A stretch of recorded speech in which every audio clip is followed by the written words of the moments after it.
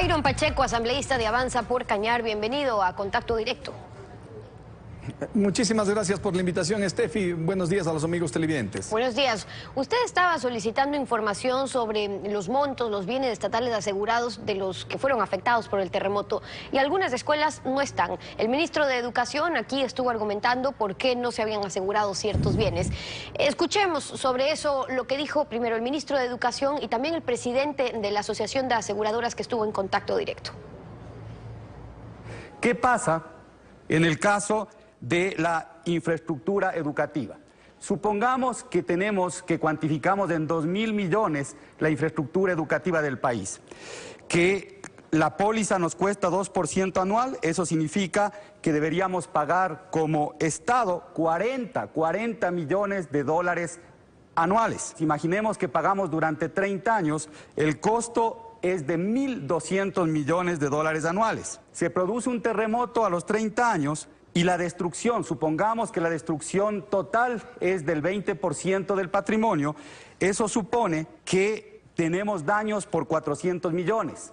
Le pedimos a la aseguradora que nos devuelva los 400 millones, nos devuelve los 400 millones, pero en esos 30 años ya habremos pagado 1.200 millones, y eso significa que el Estado perdió 800 millones. Nos parece que el ministro está mal asesorado porque las cifras, y se me permite un pequeño ejemplo, tomando la misma estructura del ministro, las cifras son equivocadas, ¿no? La realidad es que en el mercado ecuatoriano, para pólizas de este tipo, para infraestructura educativa, que cubre no solamente incendios, sino también terremotos y otros riesgos, inundaciones, etcétera, la tasa que se aplica en promedio al mercado es el 2 por 1000. Por lo tanto, el costo que podría tener esta infraestructura sería de 4 millones, que en 30 años, como menciona el ministro, el costo del seguro sería de 120 millones. Por lo tanto, en ese escenario de pérdida que él mencionaba de 400 millones de dólares, no es que se genere una pérdida adicional, sino que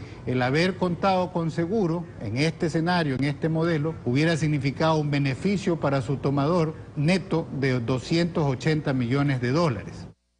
Ahora, con esas diferencias en mente, siendo bienes públicos, lo que corresponde es asegurar, o como dice el ministro, con una dosis de inteligencia financiera, si se asegura el Estado hubiera perdido más y se habría enriquecido alguna aseguradora. El ministro de Educación, tratando de dar una explicación de por qué no aseguró los bienes públicos a su cargo, ha hablado una serie de barbaridades que rayan inclusive en las cantinfladas. Él tenía la obligación de asegurar los bienes públicos a su cargo, porque así lo dice la Constitución de la República, porque así lo manda la Ley Orgánica de la Contraloría General del Estado, porque así lo dispone el artículo 5 del Reglamento de Uso de Bienes Públicos. Yo quisiera tomar un ejemplo de los que planteó el ministro de Educación respecto de la unidad educativa de Pedernales, la unidad educativa del Milenio de Pedernales. El ministro le mintió al Ecuador. El costo de la unidad educativa del Milenio de Pedernales es de 4.500.000 dólares. El ministro, en sus suposiciones y en sus imaginarios, decía, si es que hubiese asegurado ese bien de 4,5 millones, tenía que pagar a una tasa del 2% anual. Mentira, ministro de Educación. La tasa que se paga por un seguro, por una póliza de seguro contra terremoto, incendio o cualquier otro tipo de contingencia o de siniestro, no es del 2% anual, es del 2% por 1000. Usted no diferencia lo que se aprende en la escuela en 7º año de básica, economista. Bueno, pero esas diferencias ya quedaron claras. ¿Qué pasa en el ejemplo suyo? En este ejemplo, el ministro miente al Ecuador diciendo que tenía que pagarle 90.000 dólares anual por prima por la unidad educativa del Milenio. Y eso es mentira, lo que se tenía que pagar es 9.000 dólares. El ministro de Educación le miente a los ecuatorianos diciendo que tenía que pagar 270.000 dólares por 3 años si aseguraba esta escuela del Milenio. Y eso es mentira, tenía que pagar 27.000 dólares.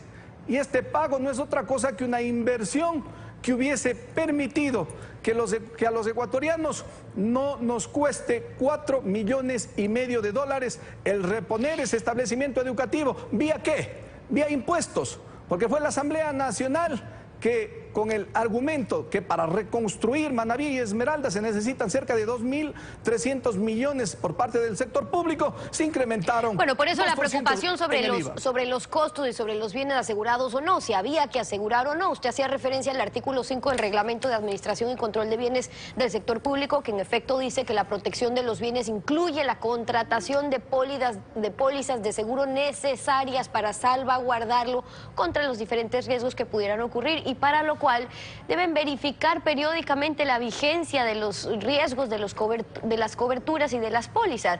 Pero bueno, luego el ministro insistió en que la Constitución le ordena en su artículo 286 a conducir las finanzas públicas en todos los niveles de gobierno de forma sostenible, responsable y transparente, y procurarán la estabilidad económica. ¿Se contrapone en algo la Constitución con el reglamento? ¿Qué dice la Contraloría sobre eso? La dosis de inteligencia que dice tener y poseer el ministro de Educación no le permite entender elementales normas y principios constitucionales. Aquí está una comunicación en la que la Contraloría General del Estado, en estos últimos días a través de la prensa nacional, dirigida específicamente al ministro de Educación, Augusto Espinosa, le dice: ministro, usted está confundido. El artículo 227 indica claramente de que el Estado tiene que actuar con eficacia, con eficiencia y con planificación para establecer los recursos y contratar pólizas de seguros. Le recuerda también en esta comunicación pública de que el artículo 212 le da la atribución a la Contraloría General del Estado para que expida el reglamento que está en vigencia. Si usted creía, ministro, de que esto es inconstitucional, ¿por qué no demandó la inconstitucionalidad de este reglamento? Bueno, y sobre eso, en ese boletín la Contraloría dice que la normativa no ha sido impugnada por ningún actor político o social, y que por eso, pues de ninguna manera por ahora vigente, contradice, eso dice la Contraloría, contradice la norma constitucional. Dice que el organismo de control más bien ha emitido y actualizado constantemente los reglamentos diseñados para salvaguardar los recursos del erario, por lo que todos los funcionarios públicos, sin excepción, están obligados a acatarlos. Ahora, según la ley orgánica de la Contraloría, el artículo 77, los ministros de Estado y las máximas autoridades de las instituciones del Estado son responsables de los actos, contratos o resoluciones emanadas de su autoridad. Con esto, ¿qué corresponde, asambleísta, para los ministros, autoridades que no han cumplido con estas disposiciones? Porque aquí no es un tema del ministro de Educación, también hay hospitales, son bienes en general estatales no asegurados. Bueno, y también manda el artículo 77 en el inciso D de la Ley Orgánica de la Contraloría General del Estado, de que son los ministros y altos funcionarios de Estado los que tienen que cumplir y hacer cumplir las leyes. También indica la Contraloría que es su facultad cuando examinen auditorías especiales como las que yo pedí y denuncié, y se establezcan responsabilidades administrativas, civiles culposas, penales, y tiene la atribución de destituir a quienes han incumplido con la ley. Esperemos de que esto se dé oportunamente en estos casos. Pero a ver, ¿qué es lo que sucede?